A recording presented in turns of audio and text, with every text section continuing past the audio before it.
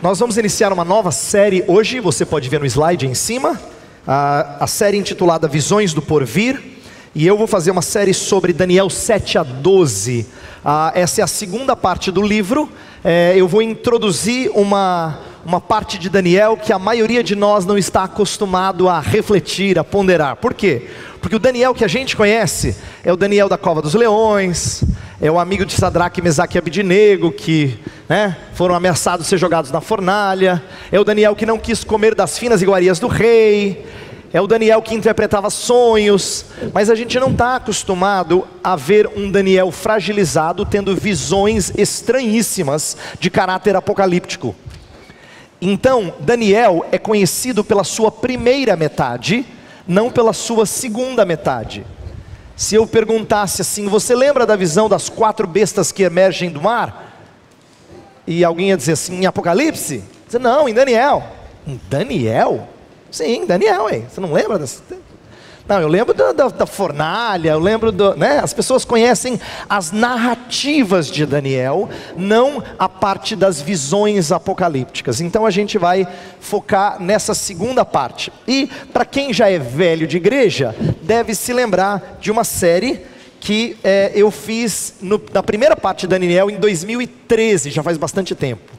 Você achou que era ontem, não é? Faz quase 5 anos, Numa série de 2013, na qual nós estudamos as narrativas do livro de Daniel, dos capítulos 1 a 6, e a gente usou essas narrativas, essas histórias como modelo de como vivermos neste mundo mal, à luz do triunfo do reino de Deus sobre reinos humanos. A gente viu as várias histórias conhecidas, eu até mencionei várias vezes nas mensagens, que eram histórias que contamos às crianças, mas que eu ia contar de forma que valesse para os adultos. Então, se você for olhar nos vídeos, lá no nosso canal do YouTube, ou for olhar no nosso site, e procurar essa série, você vai ver que eu sempre começava com imagens, contando a história para a criança, apresentando a história em poucos minutos, para depois refletir de maneira mais densa com os adultos. Por quê? Porque com isso a gente tem aquela ideia de que histórias valem tanto para os pequeninos quanto para os adultos, e isso é muito bom.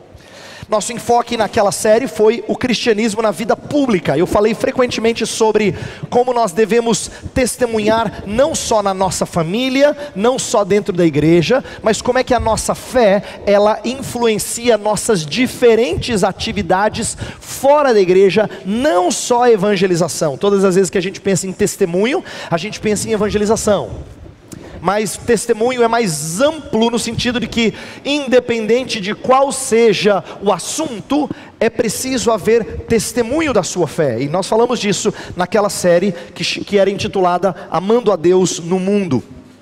E aí eu falei que quando a gente está testemunhando no mundo, a gente tem 2 desafios. 2 extremos que a gente não pode cair. Um é um separatismo típico do movimento monástico. Quem vai para o monastério e se isola do mundo, vive dentro de um gueto. Esse é um desafio. E alguns evangélicos vivem craques em coisas gospel, mas não sabem de nada fora do mundo gospel. E esse aí viveu dentro da bolha, dentro do gueto. Ele está ali inserido nesse separatismo. Mas tem um outro extremo.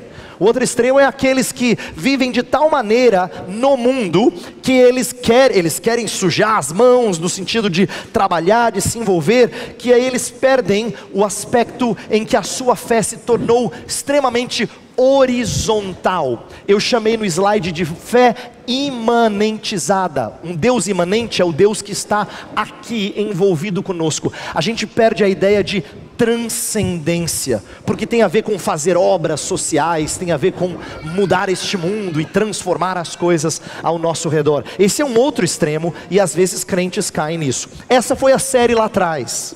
Eu acho que ela precisa de um complemento, é por isso que a gente vai fazer uma nova série pequenininha nesse mês de janeiro, nesse início de 2018, sobre a segunda parte de Daniel. Porque agora eu quero falar das visões apocalípticas, e elas têm algumas coisas a nos ensinar. Primeiro, a segunda parte do livro de Daniel é composta de visões apocalípticas sobre a vinda do Messias e o estabelecimento do seu reino, a fim de confortar e encorajar o fiel enfraquecido. Daniel, a gente precisa ser lembrado disso. A história de Daniel é a de um homem que foi muito novo para o exílio da Babilônia, isto é, a Babilônia veio e destruiu várias nações, inclusive a nação de Judá. E Daniel, como um judeu, foi levado cativo para a terra da Babilônia. E ele passou o resto da vida dele lá. Ele nunca mais voltou, até onde a gente tem conhecimento, né? Então, Daniel foi alguém que praticamente viveu fora da terra bendita, da terra abençoada. E teve que viver lá e ser encorajado pelo Senhor em momentos de fraqueza. E a gente vai apresentar um Daniel diferente nessa série do que a gente está habituado. Porque a gente está habituado a um Daniel assim, que é um homem de oração. Ele ora até quando tem um desafio de cair nos leões, né? A gente está acostumado a ouvir um Daniel assim, que ele é destemido. E a gente vai ver um Daniel temeroso nessa série. Por quê? Ele fala isso, tá? Então nós vamos abordar um trecho de Daniel no qual ele vai ser encorajado por visões impressionantes. A gente chama de visões apocalípticas. Deixa eu explicar um pouquinho o que é isso. A literatura apocalíptica, ela aparece em outros lugares da Bíblia, tá? Você não só o Apocalipse, que é o livro mais conhecido, mas também você vai encontrar em Zacarias 9-14, tem outros trechos da Bíblia. E essa se tornou uma literatura muito frequente no período chamado interbíblico ou intertestamentário. Entre o final do Antigo Testamento e o início do Novo Testamento, entre o povo judeu, produziu-se muita literatura apocalíptica. O que era essa literatura? Era uma maneira de usar imagens bastante complexas, bastante cheias de detalhes, mas que tinham um sentido mais simbólico para descrever o conflito entre as forças do mal e o povo de Deus. De tal forma que a pessoa vendo essa realidade fosse impactada pela sua imagem vívida e chocante. Visão apocalíptica não é bonitinha, não é pintada em cor de rosa, entendeu? E ela nem tem traços assim muito delicados, ela é mais brusca. Para os meninos aqui, ela é mais sanguinolenta, entendeu? Tem monstro, o texto de hoje tem monstro, né? Tem assim coisas que assustam. Mas por quê? Porque a ideia da literatura apocalíptica é chocar para comunicar uma impressão antes do que algum tipo de detalhe. É interessante você saber disso. Não precisa ser um conhecedor de arte para entender o que eu vou falar agora. Você já deve ter ouvido falar do movimento da arte no passado chamado de impressionismo. Quando você ouve falar de gente como Monet é um bom exemplo disso, né? E eu já falei disso numa outra série que a gente pregou sobre o Apocalipse de Jesus, né? O discurso apocalíptico de Jesus. Eu expliquei naquela série, vou repetir agora, que quando a gente olha para a literatura apocalíptica, Deus pinta alguma coisa que a gente tem que ver de longe. Com isso eu quero dizer o seguinte: se você chegar perto fica meio embaçado, é que nem pintura de Monet. Você chega perto e você fala assim, nossa, esse cara não sabia pintar. Por que ele é famoso? Eu não entendo esse cara. Mas na verdade a proposta do movimento era você entender que através de pinturas mais bruscas, você enxergar uma impressão. Se você dá uns passos para trás, você fala assim, não é que é um jardim? Está vendo a ponte ali? Bonito, né? Tem um girassol, deu para perceber? Mas você chega aqui, parece tudo embaçado, tudo feio. Literatura apocalíptica é assim, você tem que dar 3 passos para trás e falar assim, uau, agora eu entendi. Porque se você chegar perto, você fala, não entendi nada, pastor. Eu li Apocalipse umas 10 vezes, se o senhor não me explicar, eu não vou entender. Porque a gente fica preocupado assim em entender cada detalhezinho. Tem um monte de chifre, eu queria entender o que é cada chifre. Não é isso. Não é assim que você lê literatura apocalíptica. Ele não foi dado para ficar tentar adivinhando o que é cada chifre, o que é cada copo, o que é cada... Não é assim. Ele quer comunicar uma impressão, ele quer causar um impacto, ele quer comunicar a você algo importante para que em tempos de emergência. Literatura apocalíptica era algo para um tempo de emergência, e a gente vai ver que Daniel vivia assim, e os séculos que viriam após ele seriam séculos de emergência. Então o nosso enfoque nessa série, eu vou pregar 3 mensagens, tem um panorama das visões, eu não vou falar de todos os capítulos, eu vou selecionar trechos, em 3 mensagens que nos informem sobre a importância de se ter um vislumbre do fim, para encorajamento de um exilado peregrino. Eu coloquei aqui barra pelo seguinte: você e eu não estamos cativos da Babilônia como Daniel, mas a gente tem uma coisa em comum com ele: nenhum de nós está na nossa terra. eu e você na Bíblia somos chamados de peregrinos. Por quê? Porque a gente vive neste mundo com a impressão de que aqui não é ainda o lugar final para eu fincar os meus pés. Tem muita coisa errada, tem muita coisa que não dá certo, tem muita coisa que me frustra, me angustia. Eu sou um peregrino, você também é. E como nós estamos em viagem, nós temos que ser encorajados pelo Senhor, para que a gente tenha, encorajados com o vislumbre das coisas que ainda virão. Por isso que Deus nos anima como? Ele nos anima colocando uma placa falando assim, próxima cidade. Você fala, ufa, está chegando, né? Ele te dá ânimo através das coisas que lhe são pintadas e lhe são comunicadas. É para isso que essa série deve servir. Nós vamos olhar para um Daniel que fica perturbado em face ao mal que Deus lhe revela, mas que é amorosamente tratado por Deus, por visões impressionantes. A gente vai ver assim que tem várias vezes em que Deus trata de Daniel. E eu quero que você entenda que Deus está fazendo isso porque Ele sabe que Daniel precisa desse ânimo. E eu queria trazer essa série nesse início de ano, porque nós estamos num ano de eleição.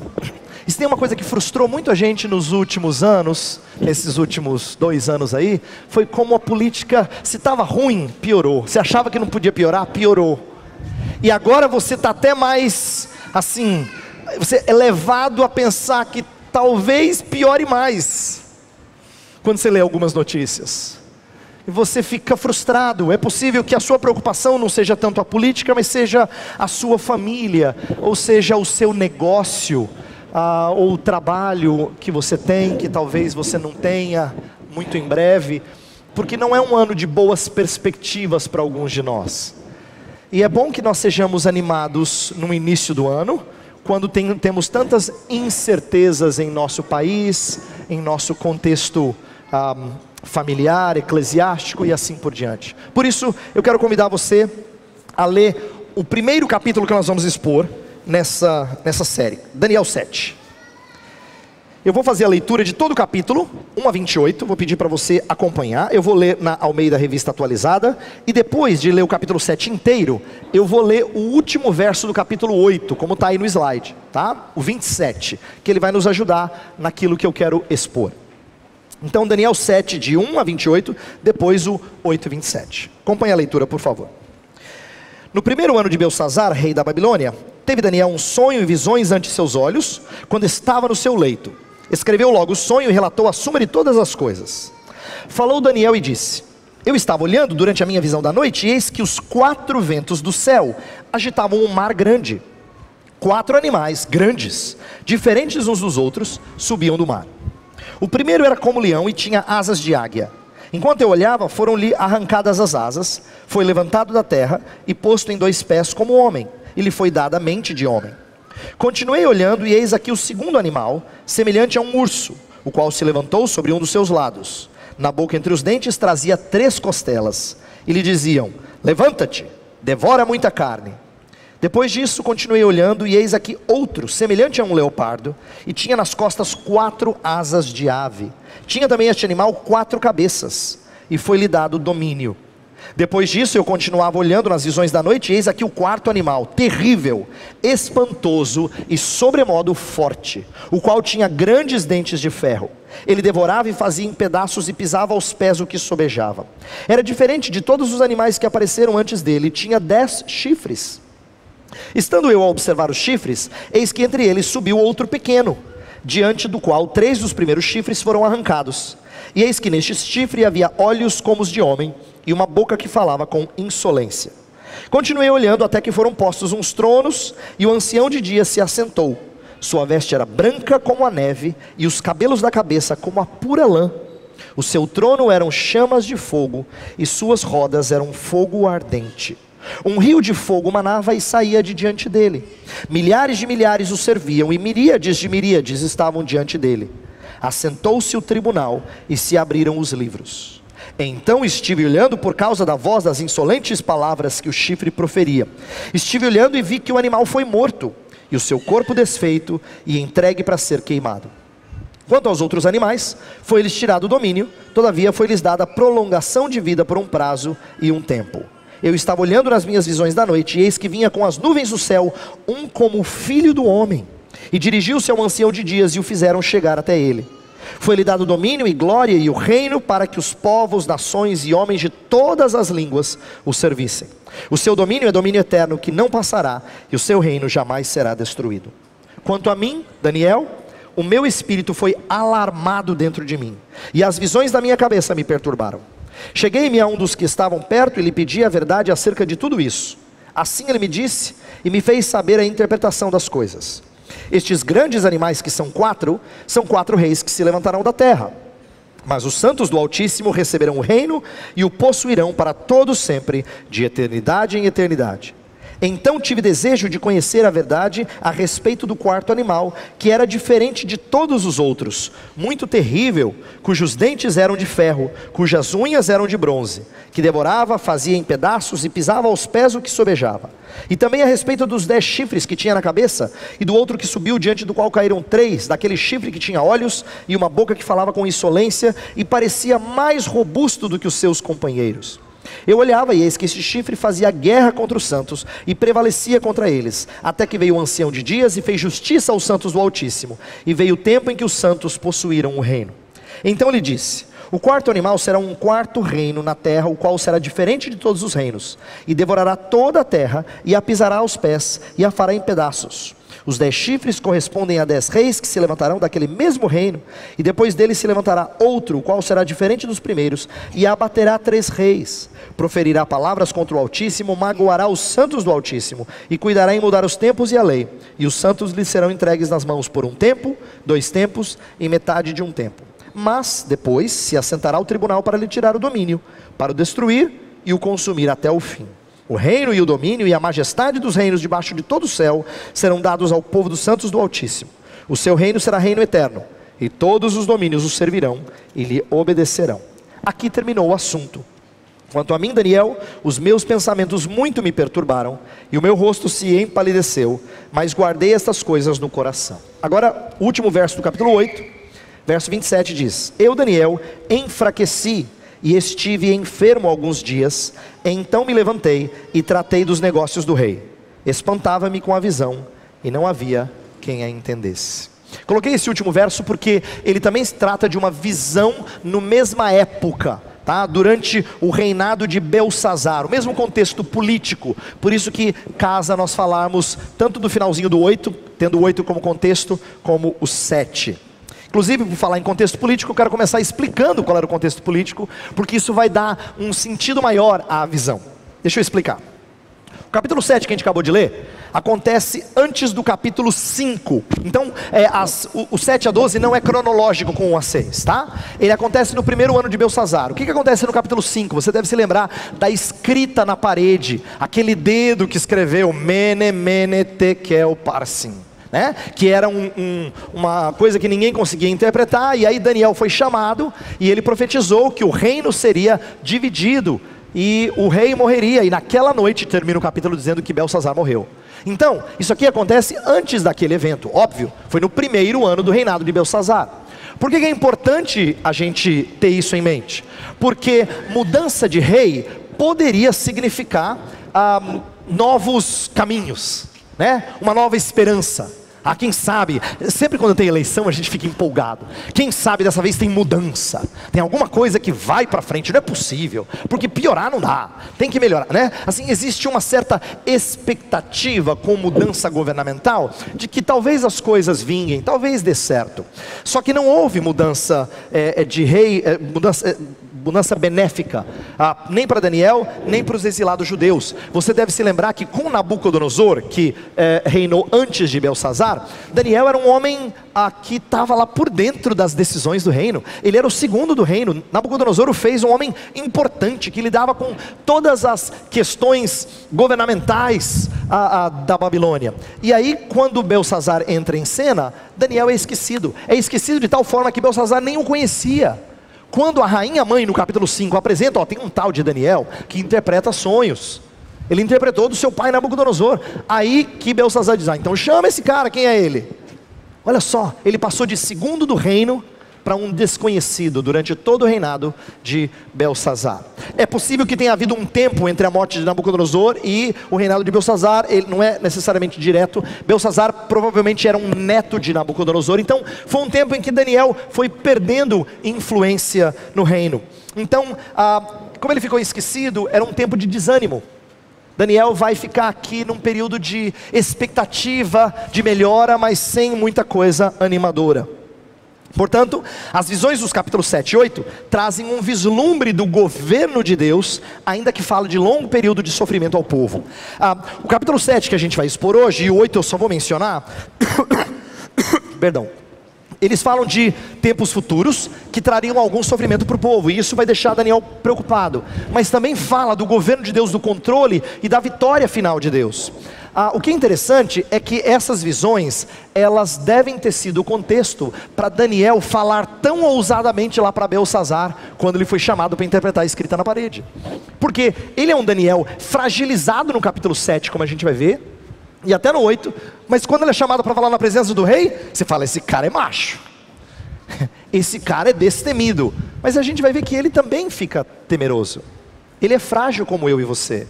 Então o que aconteceu? Quando Deus trouxe as visões que a gente vai olhar agora, Deus estava trabalhando o coração de Daniel, para ele ser aquele Daniel que você conhece de história de escola dominical.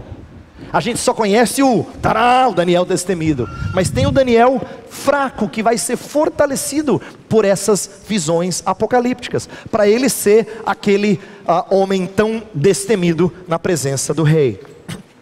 Então deixa eu explicar brevemente a visão que ele teve. Deus lhe deu uma visão de 4 animais, tá? Bastante diferentes, né? Diz assim que ele estava na visão da noite, ele viu os ventos mexerem o grande mar. Os ventos provavelmente são a ação de Deus. O grande mar sempre é sinônimo de tumulto. Mar na Bíblia dá a ideia de pecado, de humanidade rebelde para com Deus. Por isso que em Apocalipse 21 fala que no novo céu, na nova terra, não haverá mar. Você fala, puxa, eu gosto tanto de uma onda. Não é isso.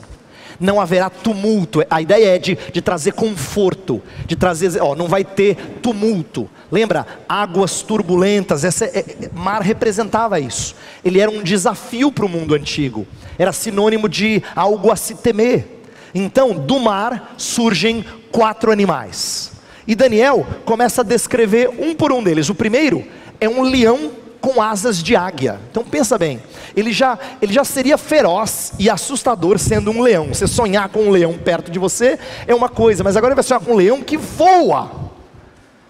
Um leão que voa, quer dizer, não bastasse a ferocidade dele, ele tem asas, ele voa. Mas diz na visão que as asas dele foram arrancadas e foi colocado dentro dele um lebab. Lebab em hebraico é coração. A Ara fala mente, mas a ideia é coração. Foi colocar um coração de homem e ele ficou mais humano. O que provavelmente está sendo explicado aqui? Está sendo explicado a história da Babilônia. Quando Nabucodonosor ficou louco, lembra da história de Nabucodonosor? Ficou meio louco e ele viveu como um animal. O poder da Babilônia diminuiu. E ele depois se converteu, a gente sabe do final da história, ele se converte, ele exalta ao Senhor. Então com isso, o seu coração humano fez do seu reino mais humanitário. Aqui é uma imagem da Babilônia, porque a gente percebe que, se você olhar para livros de história, de arqueologia, você vai ver que a Babilônia usava muito a figura do leão com asas, tá? Isso está nas escavações e tudo mais. Bem, depois vem um segundo animal, e esse segundo animal é um urso. E esse urso já parece assustador. Você vai dizer, não, leão ganha de urso. Não, esse urso está com 3 costelas na boca, indicando a última vítima dele.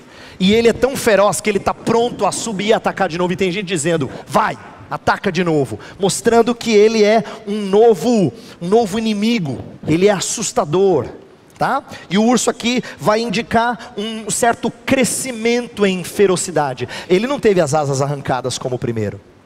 O terceiro animal, por mais que não pareça assustador, ele é assustador. Ele é um leopardo com asas de aves e com 4 cabeças. O que isso significa? Significa que ele é ágil, ele voa e ele enxerga em todo lugar. A ideia de 4 cabeças é que ele vigia todas as direções. Não tem nada que escape do seu domínio, do seu controle. Essa é a ideia de um animal que causa pavor, tá? E aí tem um quarto animal, e aqui é muito interessante, porque o quarto animal, Daniel não dá nome. Esse animal é tão intrigante, e provavelmente ele era tão diferente, que Daniel não consegue achar paralelo no mundo animal. Então os outros todos ele fala, é leão com asa de águia, é urso, é leopardo que tem asas de aves e 4 cabeças. Ele tenta descrever, mas esse ele não chama de nada. E você vai perceber na leitura, se você fizer ela de novo, que é esse que deixa ele intrigado.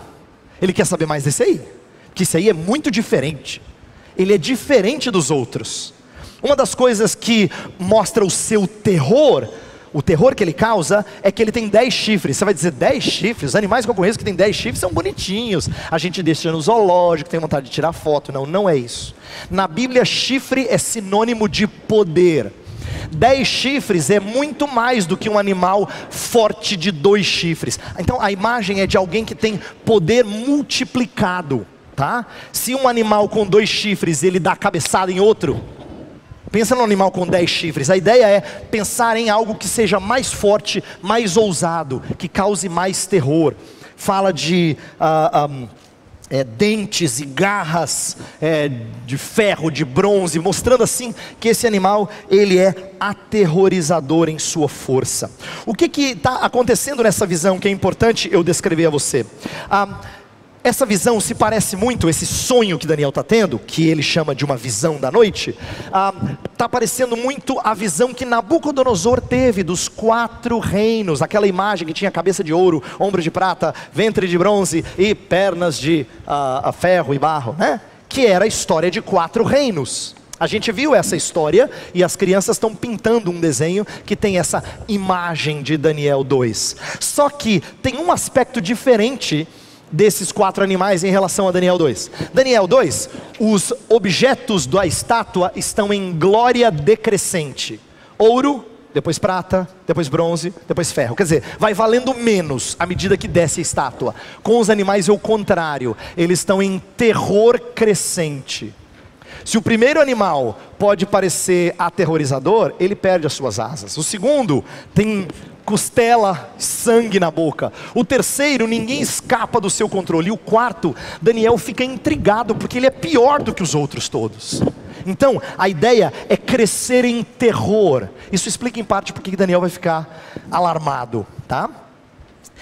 Vários estudiosos têm tentado interpretar esses poderes bestiais, e é muito comum dizer que eles se referem a 4 reinos que vão suceder o período de Daniel. O primeiro é uma referência muito óbvia à Babilônia. O segundo provavelmente é uma referência ao Império Medo-Persa, que foi quem dominou a Babilônia e passou a controlar o mundo de então. Depois veio o famoso Alexandre Magno, que a gente estuda nos livros de história, que conquistou o mundo de maneira muito rápida. E isso inclusive faz sentido compará-lo ao leopardo, por causa da sua velocidade. Ele conquistou o mundo de forma muito rápida, e ele já era grandioso e morreu aos 33 anos.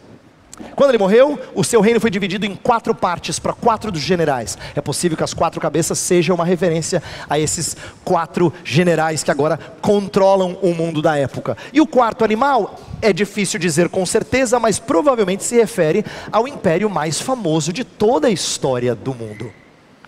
O famoso Império Romano, que deixou marcas que duraram muito mais do que qualquer império anterior. Esse sendo um império marcante. No entanto, tem uma coisa importante que a gente tem que entender aqui. Esse slide não é para mostrar para você, entendi, agora eu entendi a visão, então se refere a uma história do passado, a gente pode ficar tranquilo. Não, não é isso. Na verdade, a visão vai falar que o quarto animal tem 10 chifres, depois dos 10 chifres ainda tem ele conta do quarto animal em 3 fases. Descreve o animal, depois fala dos 10 chifres, depois fala de um outro chifre pequeno, que é esquisito. Ele nasce, ele destrói os outros 3 dos 10, ele tem olho de homem e ele fala blasfêmias contra Deus. Chifre. Então esse chifre é intrigante para Daniel. E existe razão para a gente pensar que Deus não está contando apenas uma história de reinos do passado. Esses reinos do passado foram um cumprimento primeiro para que as gerações depois de Daniel fossem vendo os feitos de Deus. Mas essa é uma história de todo o mundo, de oposição a Deus. Inclusive fala que esse quarto animal, ele é um animal e o pequeno chifre, ele vai fazer oposição aos santos de Deus. Tá? A maioria dos estudiosos não tem dificuldade de dizer que o pequeno chifre é um símbolo perfeito daquele que mais tarde vai ser chamado de anticristo, ou como Paulo chama de o homem da iniquidade, né? Ou aquilo que em Apocalipse é descrito como a besta do mar, que são imagens diferentes que a Escritura dá para essa figura que incorpora oposição a Deus e é orquestradora de todo o inimigo de Cristo Jesus. Então, o que eu quero dizer é o seguinte: quando Daniel tem a visão desses animais, e esses animais são reinos, a explicação vai ser dada para ele que os animais são reinos, não é para a gente pensar que é uma história do passado, que a gente lê e é curiosa, assim, a gente tem a aula de escola dominical, você sabia que os 4 reinos são esses daí? E aí acabou a aula e fala, puxa, que interessante. Não, na verdade essa história do mundo no qual nós vivemos, nós ainda estamos dentro dessa história, e a oposição que é prevista, é a oposição que nós sofreremos, não só gerações do passado, mas que nós sofreremos. Só que a visão não acaba aí.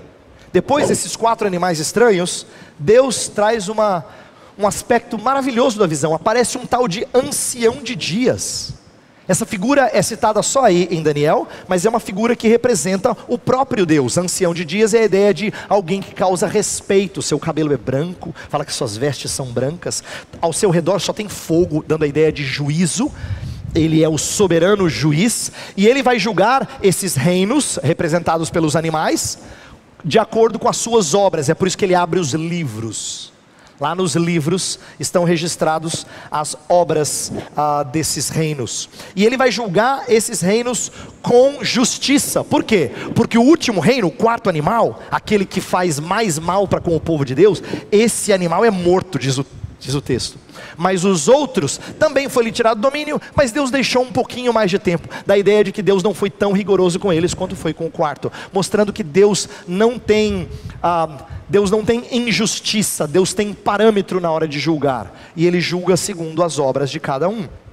E aqui, com essa visão de um Deus soberano que julga esses reinos, nós temos um atestado de que o mal não fica sem a devida paga. Uma coisa interessante é que, se esses 4 animais representam reinos subsequentes, e Deus tira um, aí entra outro, depois Deus tira outro, depois Deus tira outro, significa que Deus não julga só no final. Às vezes a gente tem uma ideia errada do controle e do juízo de Deus. A gente diz assim, deixa quieto, vai ver no final o que Deus vai fazer. Dá a impressão assim que Deus no final vai arrebentar. Agora a coisa está rolando solta, está uma bagunça. Não é verdade. Ele tira um reino, ele tira o 2º reino, ele tira o 3º reino, e ele vai castigar pesadamente o 4º. A ideia é de que o Senhor está controlando o tempo todo, o tribunal está julgando o tempo todo, depondo império após império. Em contraste com as bestas que surgem da terra, tem uma outra figura que é marcante, e a gente logo começa a reconhecer. Peraí, eu já ouvi essa expressão antes, filho do homem. Eu já ouvi essa aí. Essa tem a ver com Jesus, não tem, pastor? Jesus gostava desse título, ele chama esse título para si, ele diz que ele é o filho do homem. Na imagem, na visão que Daniel teve no sonho, ele, contrário às bestas que surgem da terra, ele é o filho do homem que vem do céu, fala com as nuvens do céu. Então é para criar um contraste, que nem em Daniel 2, que fala da estátua de Nabucodonosor, que foi destruída por uma pedra cortada, não por mãos humanas. A mesma coisa aqui vai falar da divindade desse filho do homem. Ele é homem, filho do homem em aramaico significa ele é nascido de homem, ele é homem, tá? Mas ao mesmo tempo ele vem das nuvens do céu, a ideia de que ele é celestial, ele é divino. E além disso, ele vai formar um povo de diferentes nações. Então olha que interessante, presta atenção o que Deus está pintando para Daniel. Depois de falar de domínios, de impérios mundiais, né? Babilônia, Medo-Persa, Pérsia, a Grécia, Roma, são nações que conquistam várias outras e fazem impérios mundiais. Vem esse 5º poder do Filho do Homem, cujo reino não acaba, o seu reino é eterno, e o seu reino tem gente de toda tribo, povo, língua e nação. O versículo 14 fala que todos os serviram, dando a ideia de que se os outros tentaram fazer um império mundial, só o Senhor Jesus consegue fazê-lo prevalecer. Não é interessante isso? Para aqueles de nós que são um pouquinho mais velhos, se lembram do período da Guerra Fria, sabe que a tentativa das duas maiores forças do mundo da época era se tornar um império mundial. Havia essa gana por ter controle da maior parte do mundo possível. Existe uma coisa no ser humano de tentar controlar o máximo possível, que parece que vem geração após geração, mas só um consegue ter gente de toda tribo, povo, língua e nação. Só ele consegue ter um reino plural, universal e que é perene, que permanece. Isso deveria lembrar a gente da palavra de Jesus que fala: toda a autoridade me foi dada no céu e na terra, portanto, ide fazer discípulos de todas as nações. Jesus está comissionando os discípulos a fazer aquilo que só ele consegue fazer. Pois bem, essa é a visão, esse é o sonho. Aí você fala: pastor, mas é assim, é fantástico, porque no final Jesus ganha. Aí você esperaria um Daniel dizendo: aleluia, louvado seja Deus. Mas leia o versículo 15.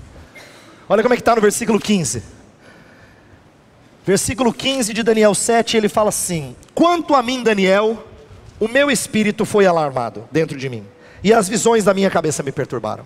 Ao invés de Daniel ficar forte e louvar a Deus, Daniel está perturbado. Ainda que a visão do ancião de dias, do filho do homem, devesse ser encorajadora, ele está assustado, ele está com medo, ele está temeroso. Isso aqui faz Daniel parecer um pouquinho mais conosco. Você pode ouvir um sermão muito encorajador da palavra de Deus, segunda-feira você está morrendo de medo. Você está com medo da mudança de emprego, está com medo de seus filhos não vão mais ter bom relacionamento contigo, do seu contato com seus pais, do problema da família, com os estudos, com os negócios, com o país. Você está morrendo de medo. O sermão foi uma maravilha, falou do reino de Deus, de Jesus, e você assim, encorajado, mas você tem medo. Eu tenho medo. Nós ficamos alarmados. E Daniel está assim. Não é aquele Daniel que a gente pensava assim, né? Destemido, que enfrentava leões. Não. Esse Daniel ouviu uma visão e tanto, viu uma visão e tanto, e ficou alarmado. O que ele deixou perturbado? Alguns estudiosos acham que talvez ele estava impressionado com a visão. De fato, a visão é muito chocante. Esses animais não são muito bonitinhos. E a própria visão do ancião de dias não é uma visão assim: ai, que bonita. Não, é uma visão assustadora. É branco, reluzente, com fogo, e livro e julgamento, e você fala: uau, essa visão é assustadora. Sim, é provável que ele tenha ficado alarmado por causa disso. Será que ele estava ansioso? Deus falou que haveria sofrimento do povo de Deus lá na frente. Isso é ruim. É ruim saber assim, ó, ano que vem você vai pegar uma doença horrível. Não é legal, né? Ficar sabendo antecipadamente uma coisa que você vai sofrer. Ó, vai piorar, tá? Queria que você soubesse que o tratamento vai ser muito difícil, não vai melhorar. Os próximos meses vai ser pior. Deixa a gente ansioso, aflito, angustiado. Será que é isso? É possível. Ele ficou incomodado com a ignorância. É possível, porque no versículo 16 ele fala assim, ó: cheguei-me a um dos que estavam perto, provavelmente um anjo, alguma coisa assim, e lhe pedi a verdade acerca de tudo isso. Me explica, que eu não estou entendendo. Talvez Daniel estivesse assim, preocupado. Afinal de contas, Daniel é aquele que interpreta sonhos, não é? Ele não só interpreta sonhos. Uma vez ele chegou para Nabucodonosor e adivinhou o sonho, e depois interpretou. Esse cara manda bem. Mas agora ele não sabe o sonho dele. Ele não entendeu direito. Ele está meio perdido. Me explica isso aqui. Será que ele está preocupado com a perseguição por vir? Todas essas perguntas são possíveis, são realidades possíveis. A gente não sabe, o texto não revela, não diz por que ele está alarmado, mas mostra um Daniel carente de cuidados divinos. E é aqui que eu acho que Deus vai se mostrar tão maravilhoso em cuidar do seu servo. Por quê? Porque vem explicação a seguir, mas a explicação é muito interessante. Se você ler o versículo 17 e 18, você vai ver o que Deus quer que Daniel foque. Leia o verso 17 e 18 comigo, presta atenção. Estes grandes animais que são quatro reis que se levantarão da terra, mas os santos do Altíssimo receberão o reino e o possuirão para todo sempre, de eternidade em eternidade. Percebeu? Ele passou rapidinho pelos animais. Ele nem deu bola para os animais, ele falou assim: mas os santos receberão o reino para todo sempre. E você devia dizer, aleluia. É assim que ele explicou. Mas isso aqui é todo Daniel? Olha o versículo 19. Então tive desejo de conhecer a verdade a respeito do quarto animal. Esse quarto animal, ele está intrigado, ele está encafifado com esse quarto animal. Que animal é esse? O que é isso? Eu não estou entendendo, né? Ele era diferente dos outros, muito terrível, cujos dentes eram de ferro, as unhas eram de bronze, devorava e fazia em pedaços, pisava aos pés. E aí vai descrever tudo o que ele vai fazer. Então, perceba que a explicação inicial é sobre o todo da história com a vitória final do Senhor. Ele fala os 4 reinos, os 4 animais são 4 reinos. Mas depois vem o Senhor, e vocês receberão o reino para sempre. Tadá! Mas Daniel não ficou contente com essa explicação. Ele está intrigado com o quarto animal, por isso que ele descreve mais o animal, fala assim, mas fala mais desse animal, eu quero saber esse quarto animal, não sei nem o que ele é, não consigo nem classificá-lo. A explicação seguinte dá alguns detalhes desse animal, tanto é que no versículo 23 ele fala assim, então ele diz, e o quarto animal será um quarto reino na terra, aí vai descrever detalhes desse quarto animal. Ainda assim, o foco está no tribunal divino e no reino eterno. Ainda assim, a explicação desse ser, talvez um anjo que estivesse no sonho dele, é para ele focar no reino de Deus, na vitória de Deus e naquilo que Deus vai dar ao seu povo. O sonho é assustador, mas ele tinha que focar naquilo que era encorajador. O que eu quero que a gente aprenda com isso? A preocupação de Daniel, ela é desmedida, ela não tem sentido, mas ela reflete nossas fraquezas. E é por isso que eu quero te lembrar uma coisa preciosa que está no texto, que às vezes passa batido. Você vê a gente lutando em alguma coisa aqui, na visão? Não. A única vez que menciona os santos, fala que eles receberão o reino. Você não luta, você não faz e acontece, você não constrói nada, Deus faz tudo. Quem aparece com glória na imagem é o ancião de dias, uma representação do Senhor, e o Filho do homem que aponta para o Messias, Jesus Cristo. Mas os santos são só mencionados para dizer, eles receberão o reino. Eles sofrerão, é verdade, mas eles receberão o reino para sempre e serão para sempre alegres com o Senhor. Então, a ideia é que nós deveríamos ser confortados com isso, mas Daniel não se sente imediatamente confortado com isso. Então, eu quero terminar levando a gente a pensar assim, que tipo de resposta é essa de Daniel? Por que ele responde assim? Por que a imagem não lhe faz bem? Pelo menos num primeiro momento. Num primeiro momento, Daniel está tentando processar essas revelações em particular, sem qualquer compartilhamento. Olha o versículo 28, fala que ele guardou essas coisas no coração. Guardou essas coisas no coração, pode ser assim, ele refletiu, ele meditou, mas eu acho que é mais do que isso. É mais do que isso. Ele sonhou coisas que ele não pôde dizer para ninguém, porque no reinado de Belsazar, ele não era mais ninguém. Ele voltou a ser um exilado qualquer. Ele voltou a ser um Zé Ninguém. Ele não era mais um homem que estava do lado de Nabucodonosor, dando instruções sobre o reino. Não, ele era mais um judeu. E ele não pôde compartilhar. Inclusive no capítulo 8, vai dizer que ele vai receber visão de coisas distantes que ele não pode dizer para ninguém. Então Daniel sofreu calado. Ele sabia de coisas que viriam e, veja só, posteriormente, ele receberá revelações de um período distante que deverão ficar seladas por um bom tempo. 8:26 fala, cele, isto é, não abra, isso não pode ser compartilhado. Saber o sofrimento vindouro e nem poder compartilhar é dureza. Você sabe que não é fácil. É igual você receber uma notícia triste e dizer assim, mas não conte para ninguém. Só isso já é metade do sofrimento, não é? Você não poder ter gente com quem compartilhar.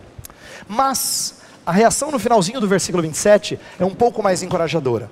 E eu quero terminar com algumas lições que a gente pode tirar do 8:27. Olha só, 8:27 diz assim, eu Daniel, enfraqueci e estive enfermo alguns dias, então me levantei e tratei dos negócios do rei. Espantava-me com a visão e não havia quem a entendesse.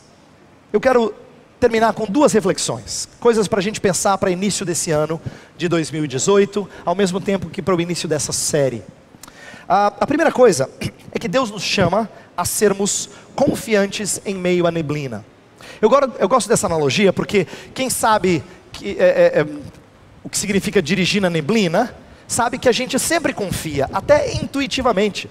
Quando você continua dirigindo na neblina, você imagina que existe pista daqui a 100 metros. Você não vê, mas você imagina que tem a pista. né? Você não enxerga nada. E a verdade é que parar também não é muito seguro, né? Você pode virar alvo de algum acidente. Então você faz o quê? Continua. Você não enxerga, mas você continua. Deus está encorajando Daniel a ser confiante em meio à neblina. Por quê?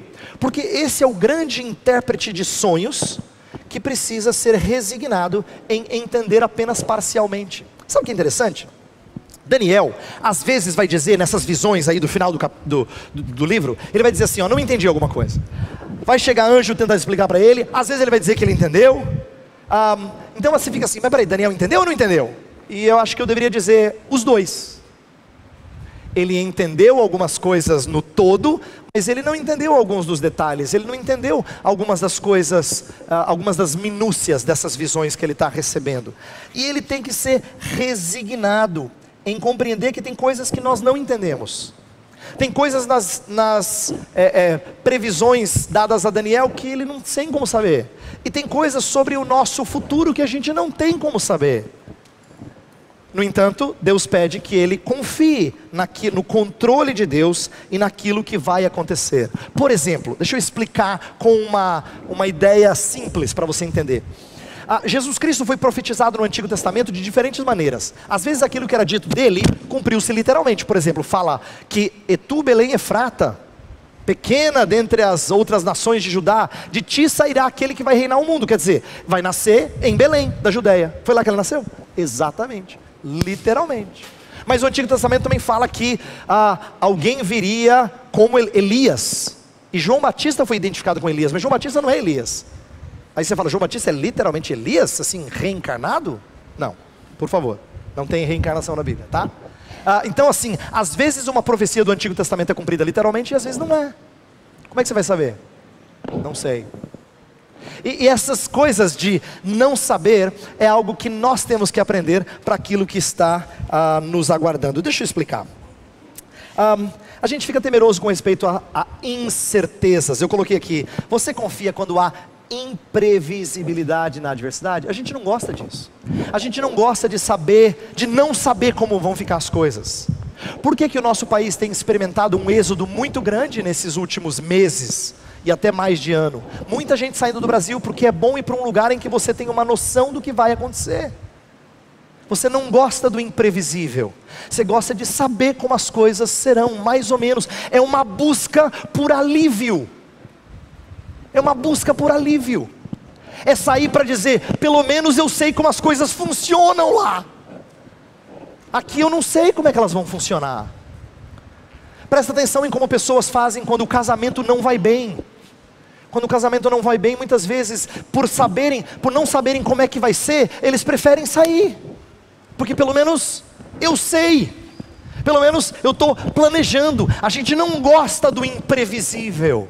A gente não gosta do imprevisível. A neblina nos incomoda muitíssimo. Porque a gente gosta de ter algum tipo de controle, alguma redenção planejada por nós. A mesma coisa num negócio. Se um negócio está em derrocada, em falência, você quer uma saída. Você procura alguma saída, uma saída que seja muitas vezes planejada por você, realizada por você. Então, o que eu estou dizendo é que nós buscamos várias vezes nossas alternativas de confiança.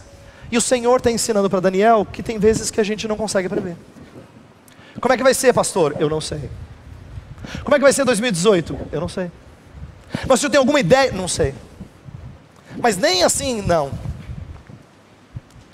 E Ele nos convoca a confiarmos num Deus que ainda tem as rédeas nas mãos. Ainda tem as rédeas nas mãos. E controla todas as coisas segundo a força do seu poder. Então, Ele convoca você a confiar não só quando a estrada está limpa, o céu está lindo, né? E assim você consegue enxergar quilômetros. Ele convoca você a continuar, a perseverar, mesmo quando você não tem visibilidade. Isso é caminharmos numa terra de peregrinação, confiando nas promessas do Senhor. Segunda coisa, e a última para terminar. Deus pede que a gente seja engajado enquanto a gente espera. Tem uma coisa interessante do 8:27. O 8:27 fala que ninguém podia entender a visão. Quer dizer que Daniel ficou resignado, ele não podia entender, então vou continuar esperando no Senhor. Tanto é que, lembra que eu falei que ele foi encorajado a ser ousado na presença de Belsassar? Quando ele foi chamado na presença de Belsassar no capítulo 5, ele é ousado, mesmo não entendendo todas as coisas. Então ele foi confiante em meio à neblina. Mas não só isso, ele trabalhou por um rei que nem o reconhecia. Diz no versículo 27 do 8 que ele ficou enfermo, doente, aí você fala, nossa, ele tirou umas férias. Não, ele levantou e foi trabalhar para o rei. É isso que diz o texto. Levantou e foi trabalhar as coisas do rei. Do rei que... Por quê? Porque na verdade é assim a nossa vida. Você não tem visão das coisas, mas o que você faz na segunda-feira? Você levanta e vai trabalhar para o rei. Quando você trabalha para o rei, você sabe que você faz isso por causa do rei. Mas você trabalha para o rei, mesmo ele não te reconhecendo, mesmo ele não te valorizando. Porque Deus não nos pede para sermos parados em relação às coisas do porvir. Ele pede que a gente seja movido a trabalhar, movido a servir. É por isso que Jesus Cristo limpa o templo. Você lembra que ele entra no templo, ele vê que o templo está sendo poluído, ele limpa o templo, mas daqui a pouco ele vai dizer, não ficará pedra sobre pedra. Jesus sabia que em breve o templo seria destruído, mas ele não deixa a coisa desandar. Diz, vai ser tudo explodido mesmo? Vamos ver daqui a pouco. Não é assim que Jesus age. Nosso Salvador limpa enquanto ele pode, mesmo sabendo que daqui a pouco não vai ficar pedra sobre pedra. Por quê? Porque a expectativa do porvir não deve nos deixar parados, mas deve nos impulsionar ao serviço. É isso que eu espero que você compreenda. O que a gente vai fazer em 2018? Trabalhar.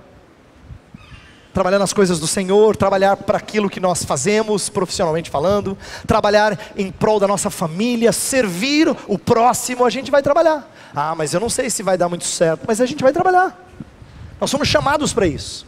Mesmo que a expectativa seja de algo melhor lá na frente, agora a coisa está ruim, mas a gente é chamado a servir, engajado enquanto na espera.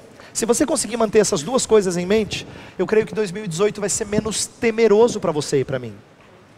Enquanto a gente está na neblina, a gente confia e dirige devagarzinho, mas a gente continua dirigindo. E enquanto a gente espera, o que a gente faz? A gente não cruza os braços, a gente trabalha para o rei, por causa do rei. Não é? Eu espero que você e eu sejamos encorajados nesse ano, de perspectivas não muito boas para o nosso país, mas encorajados porque a gente faz parte de outro reino. Nós fazemos parte de um reino que não é enfraquecido por oscilações políticas. Vamos orar. Pai do céu, estamos aqui diante de um ano desanimador em vários aspectos. Nosso país não promete coisas muito animadoras. Alguns de nós têm passado aflições na sua família, no seu casamento, nos relacionamentos com amigos e não tem boas perspectivas. Outros de nós têm medo de perder emprego ou de entrar em falência, de não ter dinheiro para pagar as contas. Tudo isso nos aflige, Senhor. Por isso a nossa oração é que o Senhor venha ao nosso socorro, nesse mundo de males, nesse mundo que as coisas não ficam boas por muito tempo. Nós pedimos que o Senhor seja o nosso ânimo e nos ensine a perseverar. Se temos enfermidades, que o Senhor nos dê garra e confiança enquanto esperamos. Ensina-nos a confiar em meio à neblina e a sermos servos, mesmo enquanto esperamos redenção vinda do alto. Oramos em nome de Jesus. Amém.